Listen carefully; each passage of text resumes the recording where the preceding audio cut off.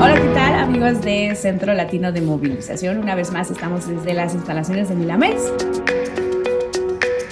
y hoy estoy muy feliz, demasiado feliz, porque desde hace muchos años, ahora sí, años, que no veía a una gran amiga, consejera y mentora, que es Diana Garrett, que es una misionera que ya tiene una trayectoria de 33 años. Y bueno, ahorita nos va a platicar más sobre este asunto, cómo es y cómo está disperso estos 33 años. Pero es un gusto para todos los que estamos aquí en Milamex el poder contar con su presencia. Hola, ¿cómo estás? Bien, gracias. Qué gusto poder platicar ahorita. Diana, tienen 33 años. Ahorita fuera del aire platicamos sobre esto. Dime, 33 años, ¿cómo están dispersos estos años en tu tiempo de misionera? ¿Dónde anduviste? ¿Dónde estás ahora? Bueno, los primeros 2 años estuve trabajando y sirviendo en Costa Rica, preparándome para venir a México, porque mi llamado era venir a México. Entonces llegué acá a México en 1993 y estuve trabajando aquí en Milamex por unos 6 años antes de que fuera a vivir a Chalco, en las orillas de la Ciudad de México, en una zona de bajos recursos, trabajando con gente de muchos lados, normalmente de zonas indígenas, como de Oaxaca, de Puebla, de toda esa entrada de la orilla de la ciudad. Y después de 10 años de vivir y trabajar ahí, empezar un centro comunitario donde trabajábamos dando tutoría con los niños y ayuda a las mujeres y todo. Entregamos eso a una iglesia local y nos fuimos hasta la costa de Veracruz. Eso ya van a ser 17 años, hace muchísimo tiempo, que es cuando te conocí a ti. Sí. Y fue iniciar o continuar con un trabajo de desarrollo de un campamento en las orillas de la playa, que el trabajo de desarrollo se había suspendido por diferentes razones. Entonces llegamos, mi compañera Mirna Sotomayor y yo, a poner una tienda de campaña ahí en la playa y empezar a trabajar. Primero, pues, levantando el equipo de trabajo, tanto a nivel local como con la junta directiva, y luego ya un par de años después, en lo que era la construcción en sí, de cabañas y todo eso. Y pues ahí estamos 17 años después, ya seguimos construyendo cosas pequeñas, pero ya está básicamente toda la estructura y estamos sirviendo como anfitriones, administradores del campamento. Escucho el trabajo de misiones y a lo mejor muchas personas se preguntarán, ¿qué es ser misionera? A lo mejor tenemos una idea con base en las películas, ¿no? Te vas a la África y haces muchas cosas, pero yo te escucho en estos años que participaste o trabajaste levantando centros de apoyo de mujeres. Sé que también trabajaste con bibliotecas, levantando bibliotecas, entonces, y ahora terminas con construcción y administración, pero entonces, ¿cuál es el trabajo de un misionero para los que nos están escuchando? Creo que es súper amplio, pero específicamente a lo mejor para alguien que pueda darse una idea y que tenga este sentimiento de sé que tengo que hacer algo, pero no sé.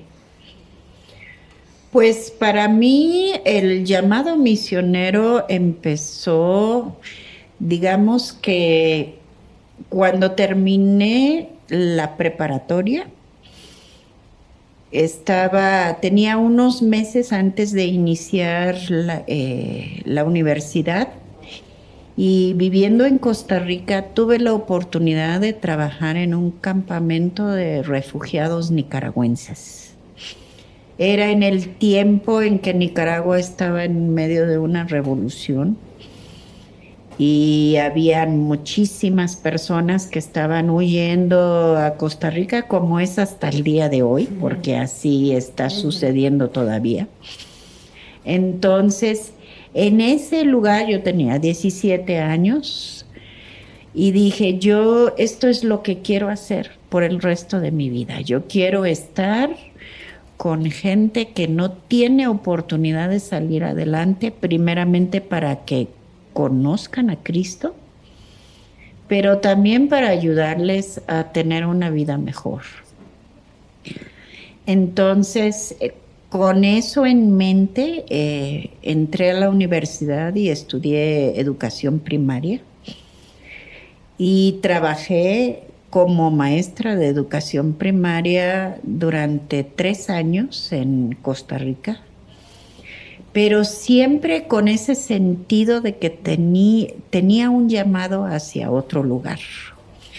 Y con Dios yo me dije, o sea, mencionaste África, o sea, siempre uno piensa que un misionero es hacia un lugar lejano, ¿no? Entonces decía, Señor, aquí estoy, yo te voy a servir con todo lo que tengo.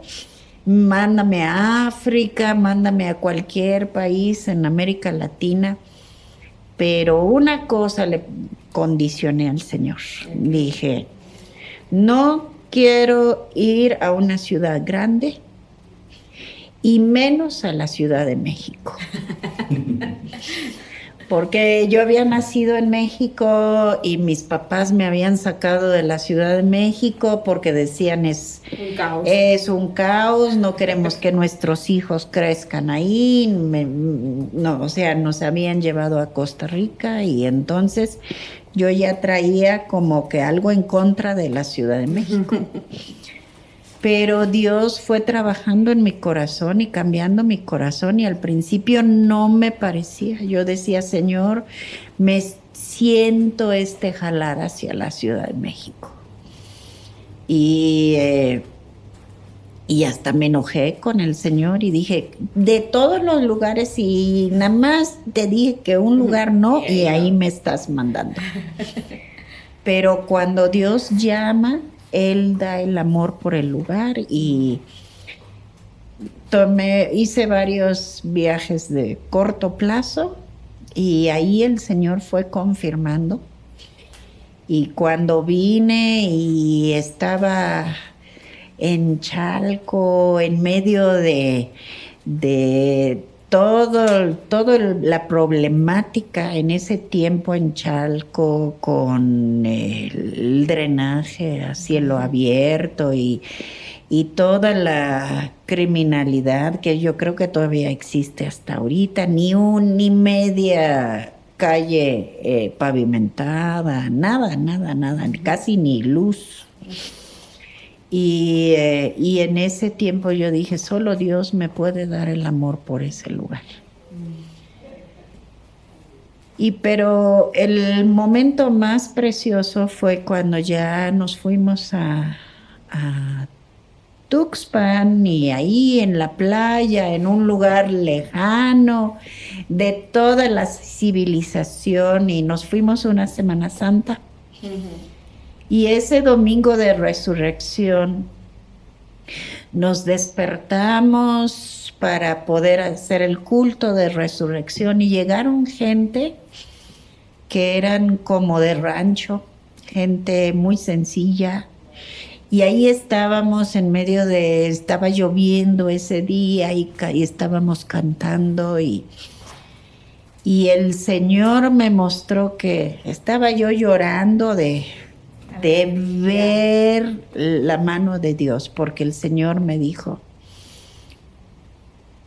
tú me obedeciste y fuiste donde no querías por 13, 14 años.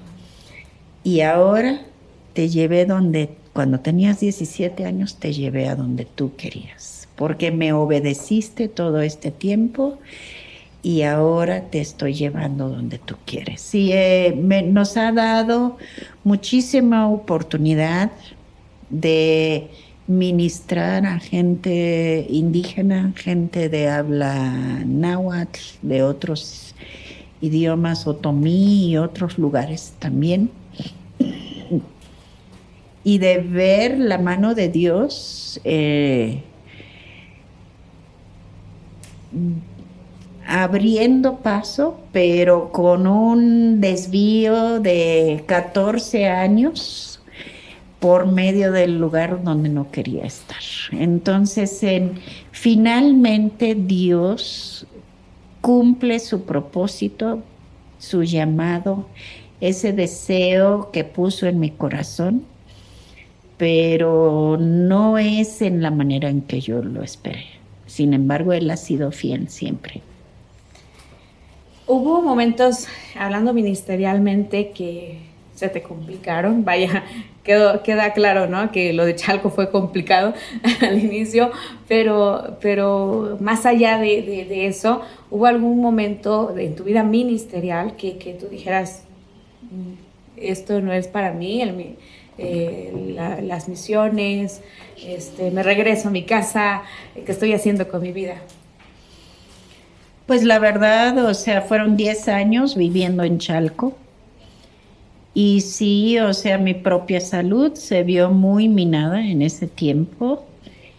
Y el ambiente era muy, muy pesado porque había muchísima oposición a la fe cristiana. Y había mucha oscuridad, mucha brujería, muchas cosas, o sea, una oscuridad muy fuerte, y llegó el momento en que yo físicamente, o sea, prácticamente me costaba mucho funcionar.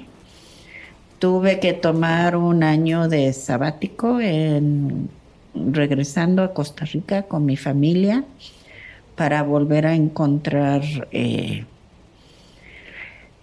pues mi lugar en las misiones. Entonces el año 2000 estuve en Costa Rica y eso fue necesario para poder volver a encontrar mi lugar, mi llamado. Y luego, pues en este último, hace año y medio, también en un tiempo en que estaba muy desgastada, muy cansada con muchas cosas, aunque no me había dado cuenta, no voy a decir que sentía, ay, ya no quiero ser misionera, pero sí estaba muy cansada.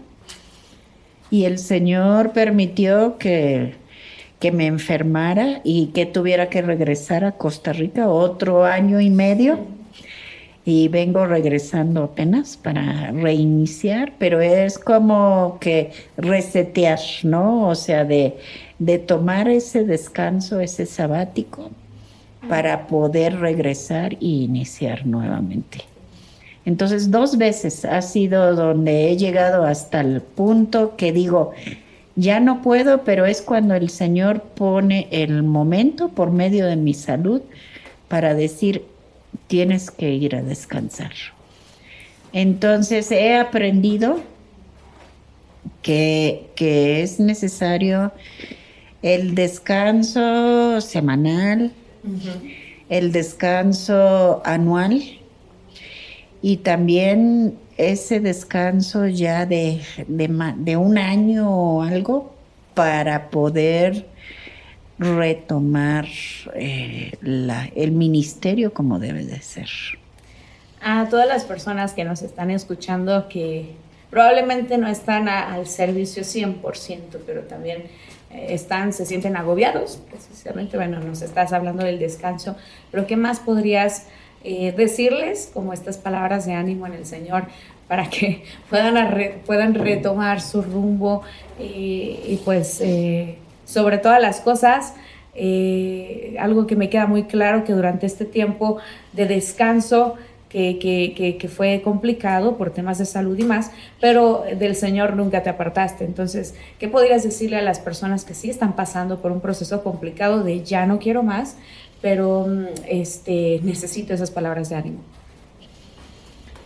Bueno, yo creo que una de las cosas que es muy importante es no caminar solo.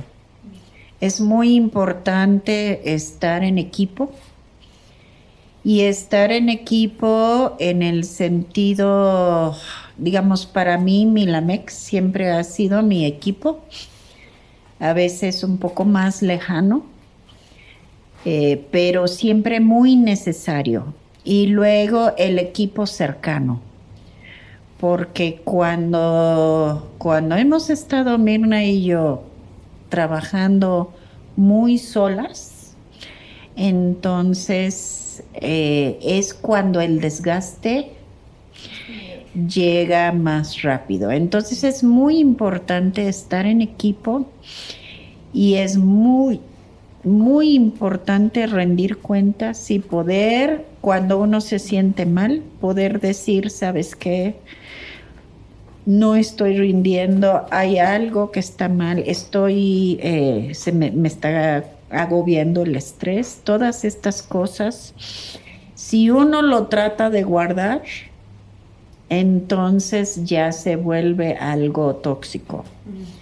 Entonces uno tiene que ser muy sincero con el equipo y con aquellos que están cuidando del alma. Es muy importante tener con quién ir y hablar sin temor al qué dirán o qué me va a pasar o si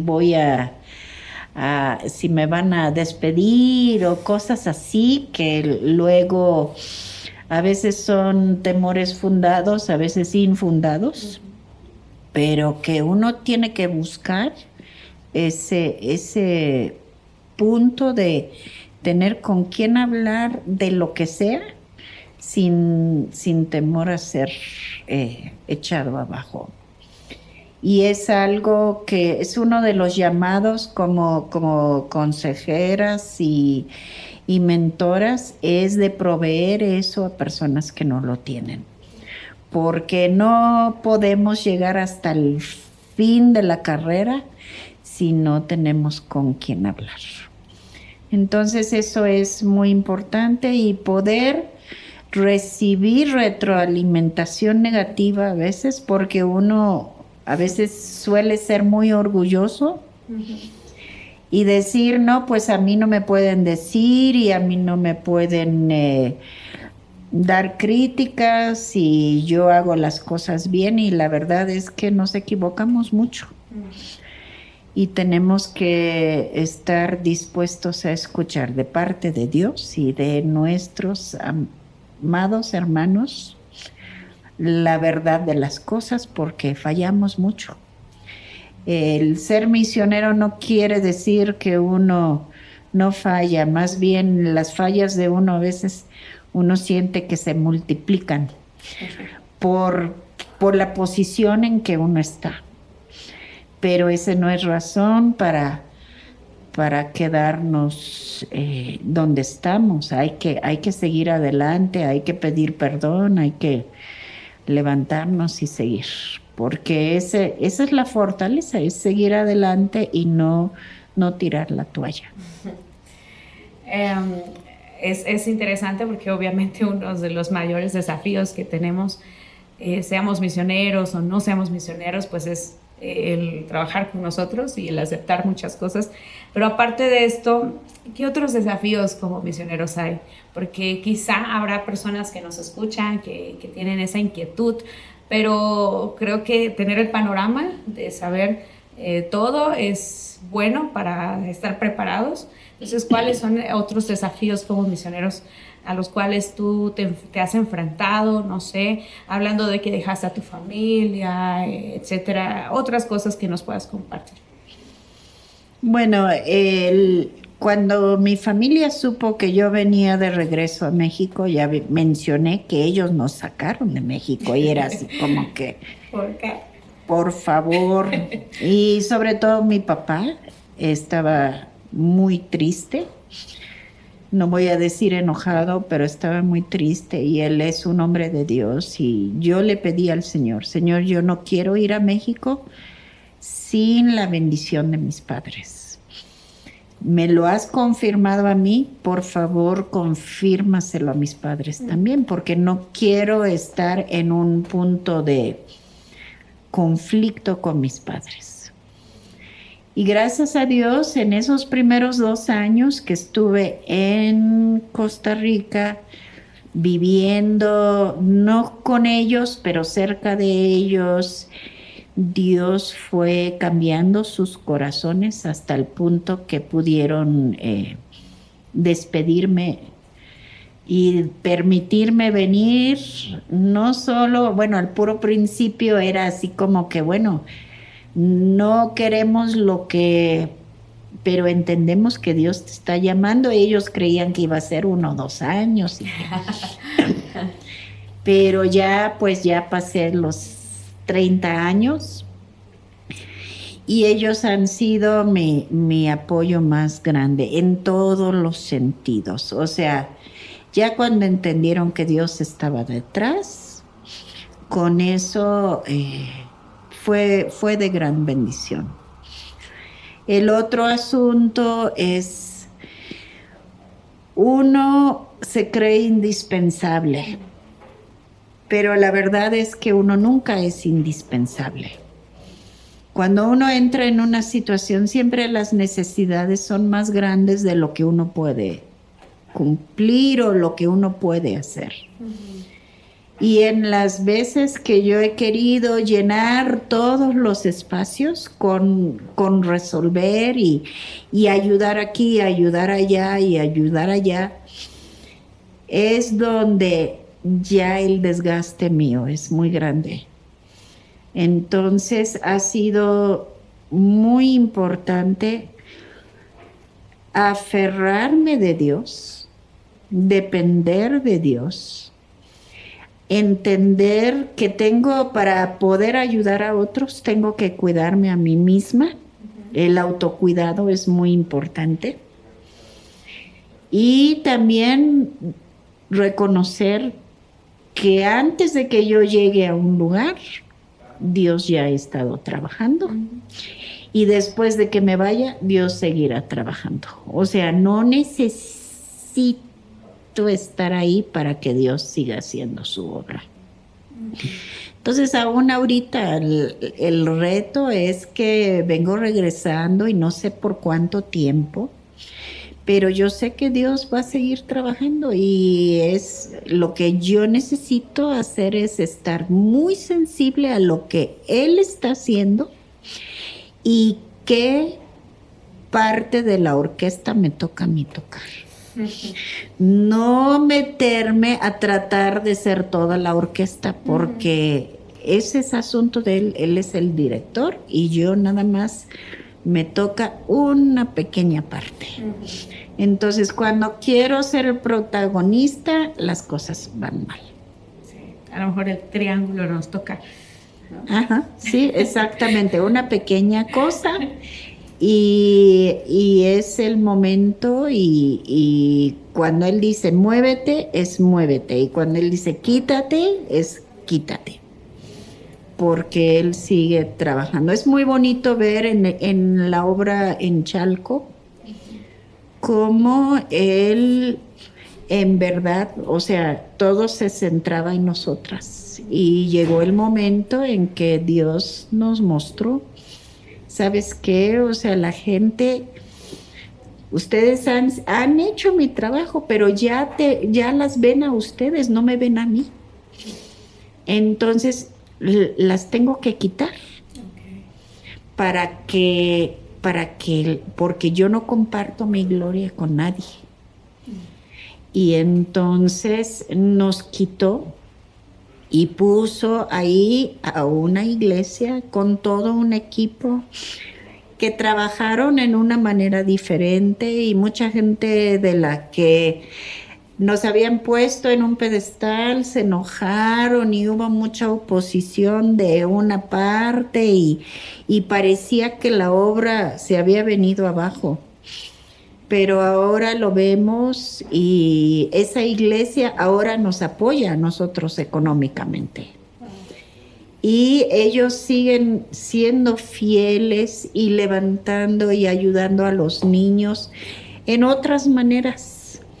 Pero la obra de Dios continúa. Aunque parece que la obra de nosotros se vino abajo, pero Dios, lo que Él hace es eterno. Entonces, a veces uno tiene que dejar morir los ministerios de uno, porque ahí en eso es donde lo eterno florece, exactamente. Ya para ir finalizando, creo que obviamente lo más importante en todo este caminar de decir sí a Dios es precisamente haberlo escuchado primero. ¿Cómo es en tu caso que tú escuchaste la voz de Dios? Habrá personas que digan, ¿acaso tengo que escuchar audiblemente su voz diciendo tienes que ir a Nínive como a Jonás? ¿No? Pero ¿cuál será? A lo mejor hay personas que tienen esta inquietud, decir, yo siento en mi corazón hacer algo, ¿no? En el servicio de Dios. Sabemos que todos somos llamados y que habrá personas que están desde su trinchera trabajando en lo secular y no están al 100% en la obra del Señor, pero esto no demerita el trabajo y el llamado que Dios nos hace. Entonces, ¿cuál es ese punto? A lo mejor algo que tú nos puedas decir.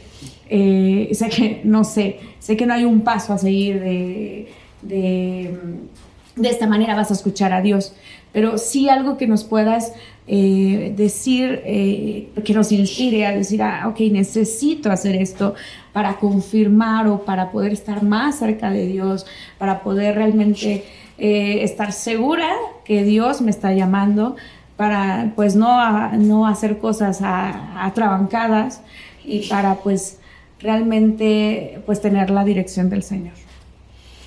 Bueno, aquí quisiera, digamos, usar un poquito diferente la terminología como lo has dicho. Uh-huh.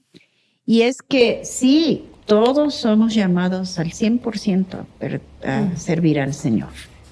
No es que algunos están al 100% y otros a medio tiempo.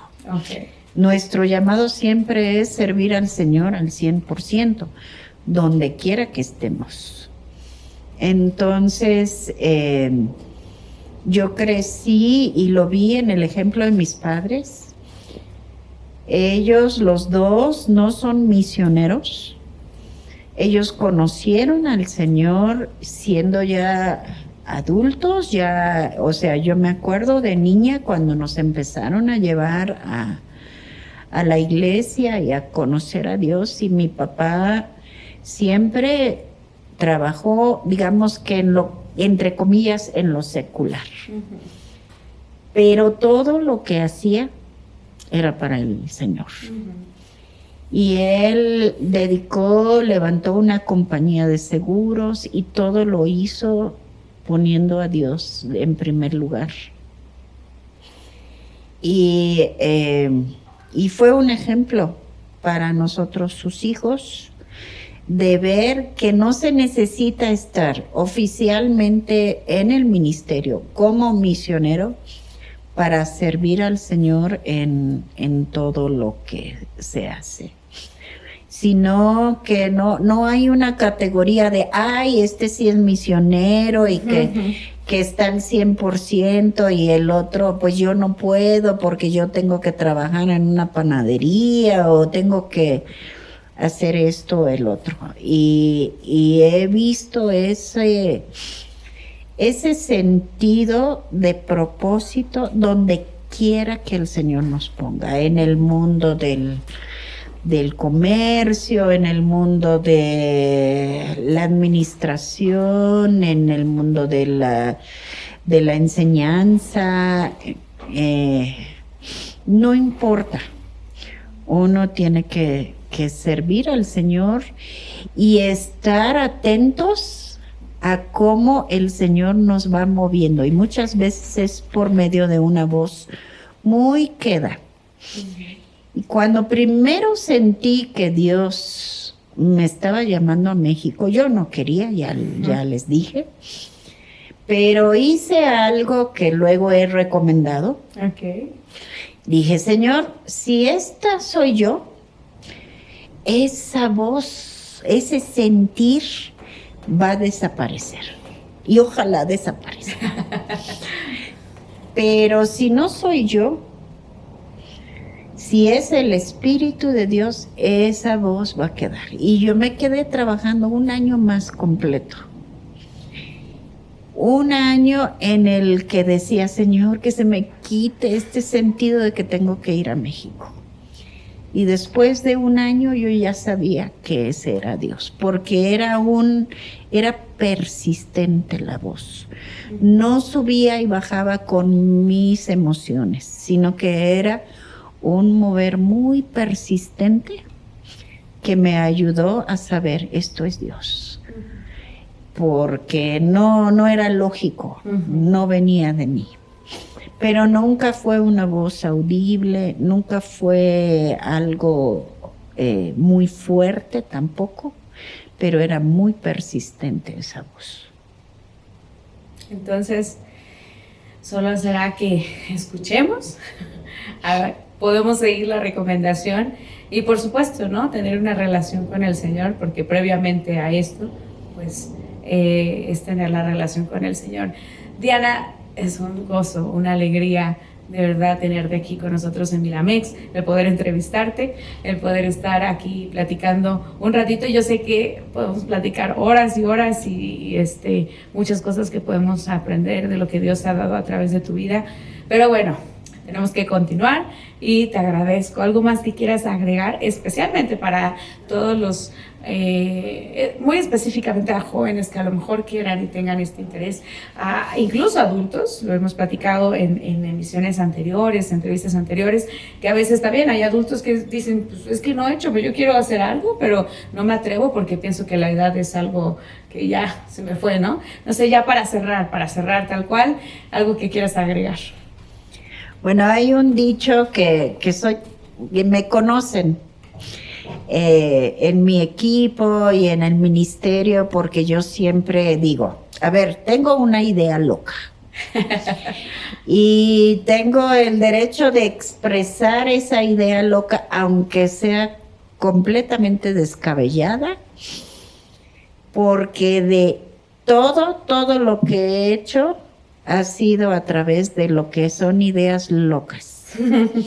Entonces, digo, 80% de las ideas locas no se cumplen, pero ese 20% que se cumplen es porque Dios está detrás.